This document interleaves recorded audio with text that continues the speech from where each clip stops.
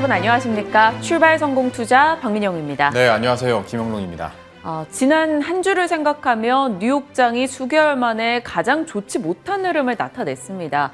나스닥 같은 경우는 11개월 만에 최대 낙폭 4.5%나 밀린 채 거래를 마쳤는데요. 20년물 국채금리가 1.8%에 육박하는 흐름까지 나오면서 고가권을 형성했는데 이게 또 분명 우리 장엔 부담이 될 거란 말이에요. 네. 또 한편으로는 그래도 최근에는 뉴욕장보다 우리 장이 선전하니까 또 나름 괜찮게 지나갈 수 있지 않을까 싶기도 하고요. 그러니까 주말 사이에도 언론 기사들을 보니까 뭐 좀 자극적인 제목 중에서는 증시 상승세 끝났다, 증시의 시간 끝났다라는 식으로 단정적으로 얘기를 많이 하던데 네. 사실 그렇게까지 볼 필요가 있나 싶기도 하면서 또 힘든 시장에서 우리라고 2,000개 종목이 다 떨어지는 건 아니고 항상 공략해 볼 만한 곳은 있잖아요.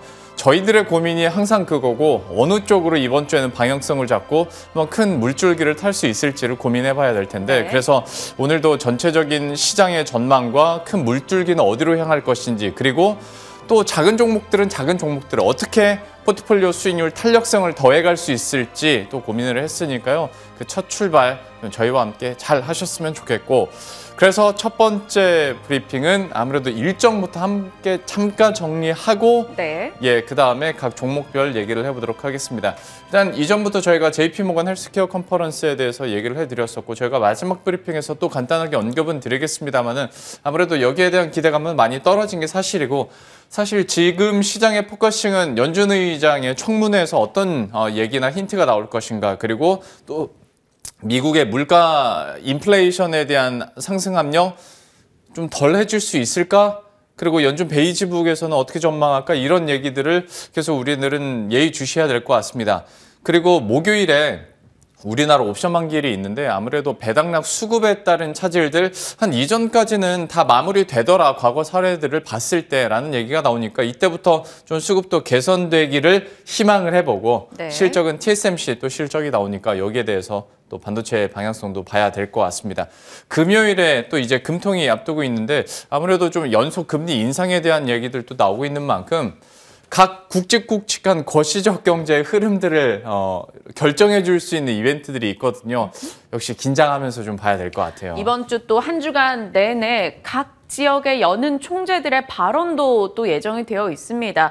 기존에 매파적이었던 이인지 비둘기파적이었던 이인지 그들이 어떤 얘기로 뉘앙스를 바꿔가는지 조금 잘 체크하셔야 될 것 같고요.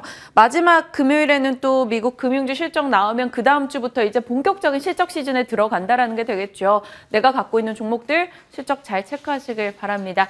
자, 첫 번째 이슈는 석유화학주 흐름 좀 보려고요. 네. 전통적인 석유화학 종목들의 강세가 지난주에 좀 도드라졌습니다. 금요일장의 흐름을 보시면 롯데케미칼 7% 가까이 뛰었고요. 대한유화, 하나솔루션, 금호석유, 이수화학, LG화학 등의 종목이 강한 흐름을 보여줬습니다. 이들의 지난 한 해를 떠올린다면 화학 같은 경우는 계속해서 실적이 피크를 찍을 것이다. 너무 공급이 과잉돼 있다. 이런 이슈에 많이 시달렸었습니다. 그래서 이 화학 섹터의 수익성 지표는 바닥을 기록하는 흐름이 있었고 각종 산업에서 공급 병목 현상이 나오면서 제대로 수요를 어느 정도로 가늠해야 될지 석유화학 제품에 대한 발주를 내지 못하는 경우도 많았었습니다. 여기에 중국 공장 가동 중단의 타격도 있었고 또 원재료인 나프타 가격이 올라가는 등의 부담도 있었죠. 그 때문에 석유화학 섹터의 주가 대표 두 종목만 봐도 좋지 못했습니다. 지난해 상승률 각 20% 이상씩 밀려났죠. 물론 LG화학은 빠진 것은 2차 전지 이슈 혹은 LG에너지 솔루션 이슈로 밀렸다가 최근 들어서 조금 반등을 주고 있는데 올라오고 있는 건 또 석유화학 섹터에서의 메리트 부각으로 상승을 보이고 있다는 점 눈에 띕니다.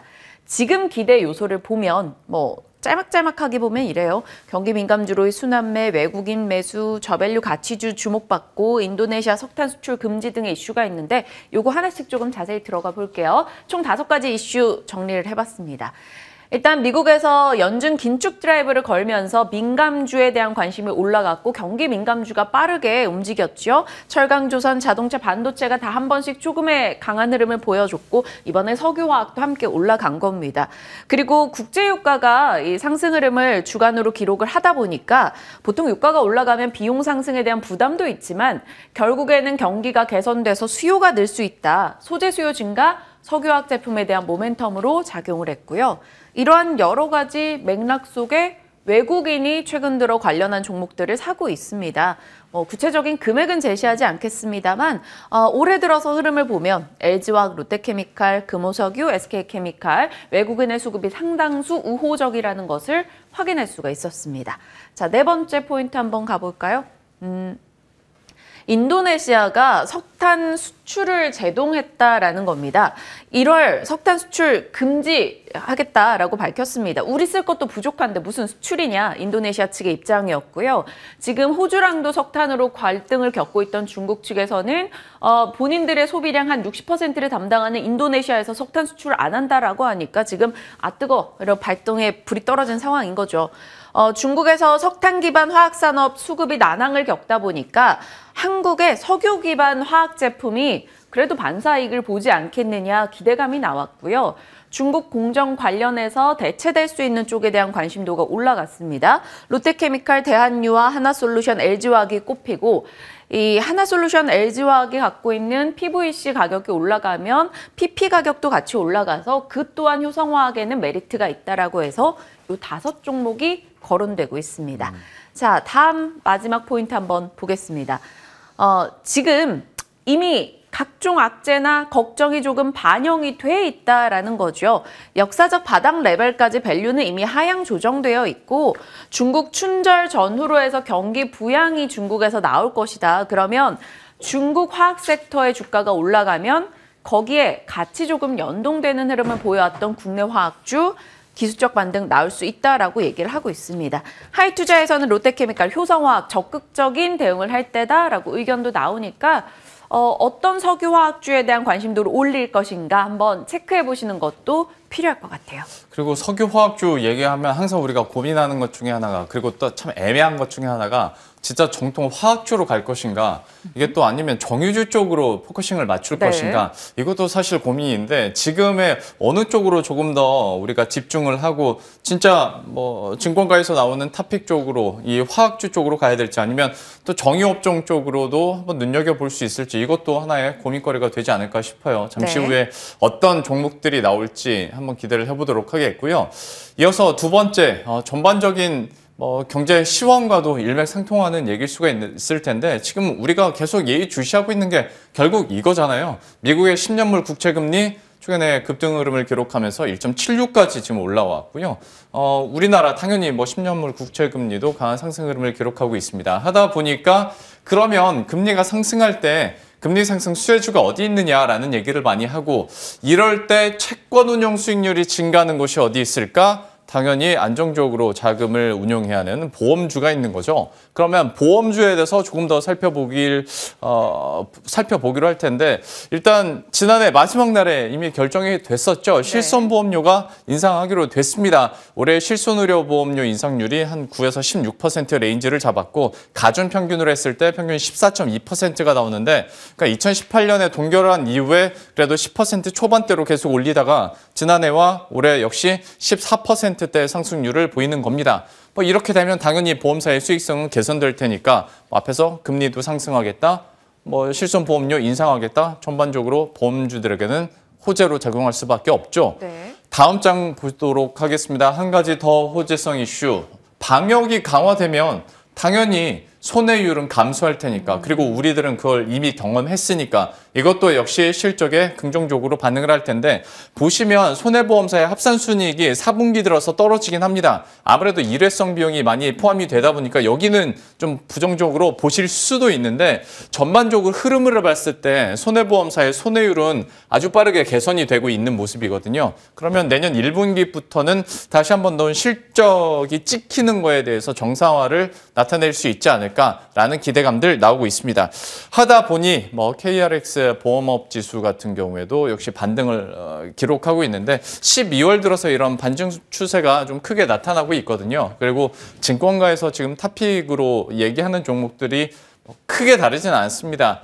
삼성화재, DB손해보험, 현대해상까지 있는데 아무래도 삼성화재도 그렇고 저희가 지난해 연말쯤에 어떤 배당에 대한 매력도로 이 종목들을 많이 얘기해 드렸었는데 어떤 배당 이슈도 지났겠다. 지금 현재 구간에서 보험주를 봤을 때 호재들은 많이 있는데 과연 정말 접근 가능한 종목군인지 잠시 후에 한번 얘기를 나눠보도록 하겠습니다. 그리고 저희가 그 일정 네. 소개해드리면서 JP모건 헬스케어 컨퍼런스 얘기를 했으니까 간단하게 그냥 정리만 해드릴게요. 이번에 참여 업체들, 메인트랙에서 발표하는 업체, 그리고 아시아태평양 트랙에서 발표하는 업체들 한번 눈여겨보시면 좋을 것 같고요. 바로 다음 장 보시면 예전에도 한번 박앵커가 정리를 해줬었던 것 같아요. 학회 진짜 많다. 네. 하면서 이것도 그냥 느낌적인 느낌으로 한번 확인하세요. 정말 많긴 많은데 이게 주가에 정말로 모멘텀으로 작용할 것이냐 여기에 대해서는 좀 갸우뚱한다라는 거죠. 다음 장 확인해 보죠. 기대감이 있었다면 그리고 이런 이벤트들을 앞두고 있었다면 주가도 한번 반응을 해볼 법도 한데 KRX 바이오 지수 보면 11월, 12월 정말 지지부진하게 옆으로 기는 모습이었고 12월 그리고 1월 들어서 오히려 뚝뚝 떨어지는 모습이었거든요. 지난주에도 저희가 그래서 바이오주 급락에 대해서 한번 다뤄드렸었고 전혀 기대감이라고는 찾아볼 수 없는 주가 흐름들을 나타내고 있는데 그래서 뭐 여기에 대해서 오늘 추가적으로 전략을 짜기보다 지난주에 유창희 대표께 들었었던 내용들 한번 정리를 해보자면 일단 JP모건 헬스케어 컨퍼런스 기대감은 제한적이다. 아무래도 다 비대면으로 이루어지다 보니까 더 그럴 수밖에 없고요. 그래서 제약바이오라고 얘기는 하는데 바이오보다는 제약 쪽에 조금 더 관심을 가져두자. 그 이유는 코로나로 미뤄졌었던 신약 개발에 대한 기대감 지금 어느 정도 제약주에게는 가질 수 있지 않겠냐. 다만 주요 지지선들 어느 정도 확보하는지는 보고 나서 접근을 하자며 탑픽으로는 유한양행을 얘기했으니까요. 또 상대적으로 유한양행이 제약 바이오 가운데서 괜찮았거든요. 네. 물론 좀 출렁임은 있었습니다만은 이후에 그 흐름들이 좋았기 때문에 앞으로 제약주 쪽으로 관심 가져보면서 뭐 흐름들을 지켜보도록 하겠습니다. 네. 그동안 시장에서 쏟아진 다양한 이슈들을 정리를 해드렸었고 오늘은 그중에서 상대적으로 조금 덜 다뤄봤었던 곳에 좀 포인트를 맞춰봤습니다. 이에 대한 전략도 지금부터 챙겨보도록 할게요. 부지런히 가보겠습니다. 지금 출발합니다.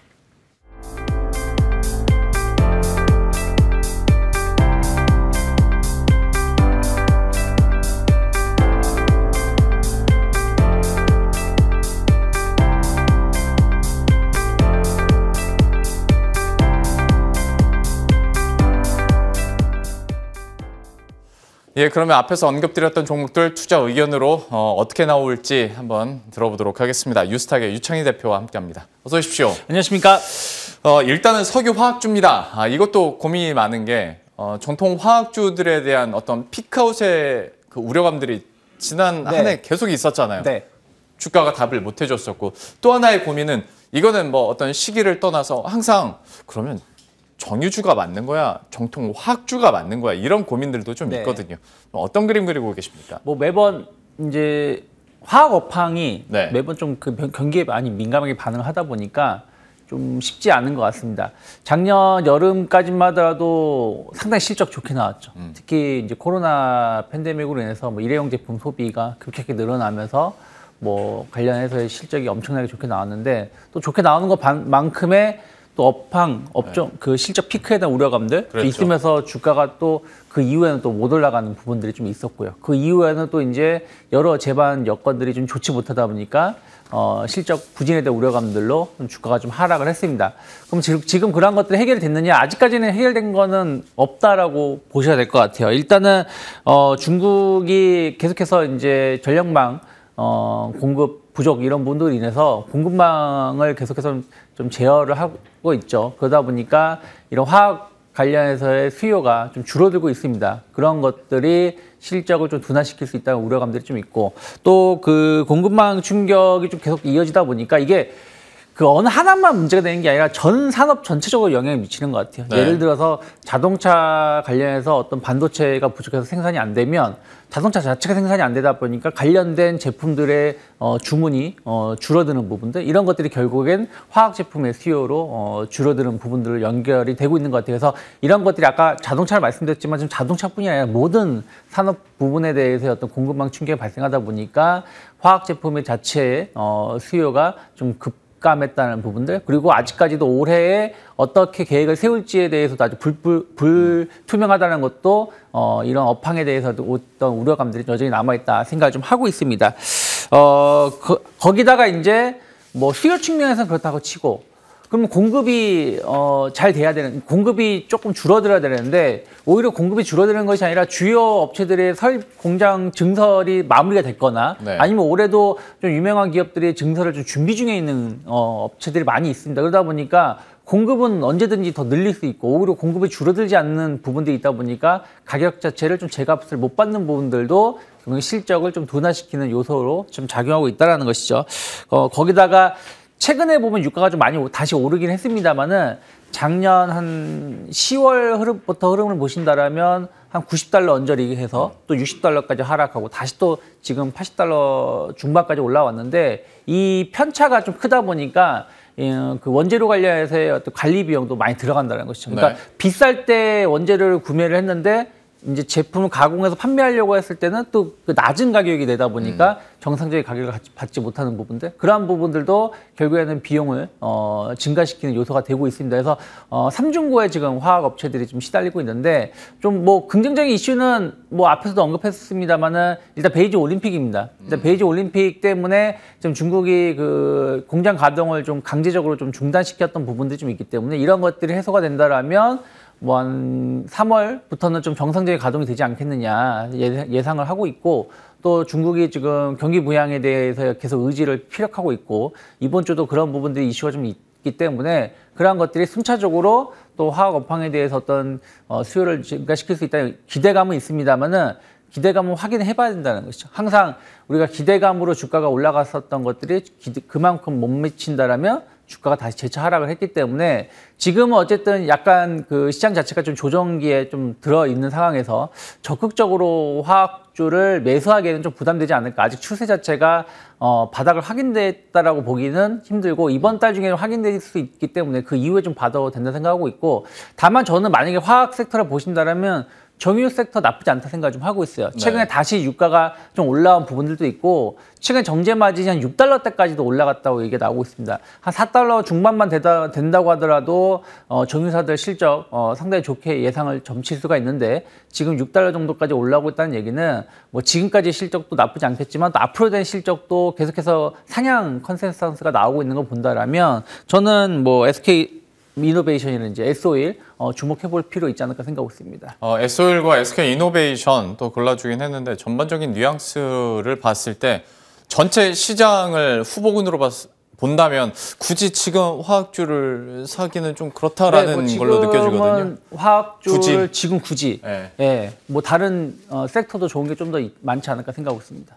좋습니다. 그러면 바로 보험주로 넘어가 보도록 하겠습니다. 그 관점으로 봤을 때 지금 보험주에 대한 매력도는 어느 정도로 봐야 되나? 이게 스토리는 나와요. 네. 그러니까 보험료 상승하고 국채금리 상승하고 손해율은 떨어지고. 그렇죠. 근데 이제 주가도 그대로 반응을 연동이 되느냐의 마지막 그 관문인데 보험주에 대한 의견은 어떻게 갖고 계십니까? 이제 보험주하고 은행주들이 가장 좀 애매한 상황에 놓여 있습니다. 원래는 금리 인상에 대한 어떤 기대감들로 주가가 좀 올라왔다가 막상 이제 금리 인상이 본격화되는 시점부터는 주가가 좀 머뭇거리고 있는 것이 좀 아쉬움으로 좀 남고 있다 생각을 좀 하고 있는데, 일단 뭐 보험주들을 먼저 보신다라면 손해율이 상당히 좀 높게 나오는 것 중에 하나가 이제 그 실손보험주이거든요. 네. 근데 실손보험 이번에 비용 증가를 한 9에서 16% 정도, 그래서 평균 한 14% 정도라고 얘기를 했는데, 원래는 이제 보험사들이 요청한 건 20% 정도 선이었습니다. 하지만 그것보다 낮지만 상당히 그런 거에 대해서의 어떤 반영이 되었다. 작년하고 올해가. 그래서 상당히 좀 손해율을 좀 감소시킬 수 있는 모멘텀을 좀 찾아가고 있다 생각을 좀 하고 있고요. 그리고 앞에서 말씀하셨지만 방역이 좀 강화되면서 손해율이 전체적으로 줄어들고 있는데 특히 손해보험사들의 실적을 가장 크게 영향을 미치는 것 중에 하나가 자동차 보험이에요. 네. 자동차 사고가 좀 많이 나느냐 못 나느냐에 따라서의 수익성을 크게 좀 좌지우지하는 부분들이 있는데 방역 강화 자체가 그러니까 시청자분들이 생각하기에 방역 강화된 것이 뭐 감기라든지 이런 부분들은 뭐 덜 걸리지만 뭐 큰 병이 뭐 덜 걸리지 않지 않냐 이렇게 생각하시겠지만 그것이 아니라 자동차 보험 손해 쪽이라는 것이죠. 그래서 왜냐하면 외부 활동이 줄어들게 되면 자동차 운임이 줄어들게 되고 그로 인해서 사고가 줄어들기 때문에 상당히 이게 재작년에 좋게 개선되는 부분들이 있었어요. 그래서 맞아요. 보험사들의 실적을 상당히 높였었던 부분들이 좀 있었기 때문에 올해도 아직까지는 뭐 코로나가 완벽하게 제어가 되는 건 아니다 보니까 상반기 정도까지는 이런 흐름들이 좀 더 이어질 수 있다는 기대감들이 최근에 다시 한번 좀 주목을 받고 있지 않나 생각을 좀 하고 있고요. 그리고 이제 보험사들이 그러니까 은행 같은 경우는 어떤 고객 예금이 예치가 됐을 때 여러 부분들에 대해서 투자를 할 수 있는 부분들이 좀 있지만 보험사들은 그런 게 상당히 좀 적어요. 대부분 국채 쪽에 투자를 많이 하고 그리고 이제 부동산 PF라든지 이런 쪽에 좀 투자를 좀 많이 하기 때문에 이런 국채 수익률이 높아지게 된다면은 보험사들의 어떤 수익률도 높아지는 부분들이 좀 있고 또 금리 인상을 하게 된다라면 보험사들이 많이 또 한 사업 중에 하나가 여신 사업이에요. 네. 그러니까 여러분들도 뭐 전세 대출이라든지 일반 집을 구매할 때 대출 받으실 때 은행에서 대출을 받기도 하시지만 또 보험사 대출도 많이 받으시거든요. 그래서 그런 부분들 보신다면 금리 인상이 나왔을 때 상당히 이자 수익이 좀 늘어나는 부분들 그리고 제가 작년에도 몇 번 말씀드렸지만 작년 초까지만 해도 금리가 이렇게 급격하게 오를 거라 예상을 전혀 하지 못했습니다. 그래서 보험사들이 보험료를 많이 올렸어요. 금리하고 연계해가지고. 근데 작년 하반기부터 혹은 올해 금리가 오르게 된다면 이미 보험료를 내린 부분들을 보험료를 높인 부분들을 다시 내릴 수 없는 부분들이거든요. 그러면은 높은 보험료 수준으로 계속 간다라는 것도 수익성을 올해 좀 더 기대해 볼 수 있는 부분들이라서 여러 호재성 뉴스들은 좀 많이 나오고 있지만 다만 이제 주가 자체가 꼭 그거에 연동해서 움직이진 않는다라는 그렇죠, 것이죠. 네. 뭐 엄밀히 따지면 지금 말씀드린 게 이번에 막 갑자기 나온 얘기가 아니라 그 전부터 계속 있었던 이슈들이기 때문에 이것들이 다 맞았다라면 보험사들 혹은 은행사들의 주가는 지금 신고가 행진을 계속 보여줘야 되는데 그러지 못한다라는 것이죠. 그래서 아직까지는 좀 시장이 좀 조정기에 놓여 있었고 연말에 대한 어떤 흐름들이 좀 있어 수급이 꼬인 부분들이 좀 있기 때문에 이런 것들이 해소가 된다라면 저는 뭐 증시 조정기에는 이러한 좀 안정주들이 조금 실적을 기반해서 주가가 좀 더 반영할 수 있기 때문에 뭐 제한된 투자는 충분히 가능하다. 그래서 뭐 그전에도 몇 번 말씀드렸습니다만은 뭐 현대해상이라든지 DB손해보험 좀 관심 있게 보시고 메리츠 화재가 최근에 계속 신고가 행진을 보여주는데 맞아요. 네. 이게 이제 실손보험 쪽에 메리츠 화재가 가장 좀 약점을 갖고 있었던 부분들이 있었던 것이 좀 해소될 수 있다는 기대감들이 좀 있는 것 같습니다. 그래서 지금 막 따라붙기는 부담스럽긴 한데 어쨌든 대장주가 먼저 가는 부분들이 좀 있기 때문에 메리츠 화재에 좀 주목해서 좀 더 보실 수 있지 않을까 생각하고 있습니다. 보험주와 관련해서 또 3개 종목 추려줬으니까요. 앞으로의 흐름들도 계속 관심 있게 한번 지켜보도록 하겠습니다. 종목군들 이렇게 마무리 짓고 코너 속의 코너로 넘어가 보도록 하죠. 오늘의 창의스픽은 불안한 증시 4분기 실적 기대주가 희망일까에 대해서 주제를 잡아오셨고 어떤 전략이세요?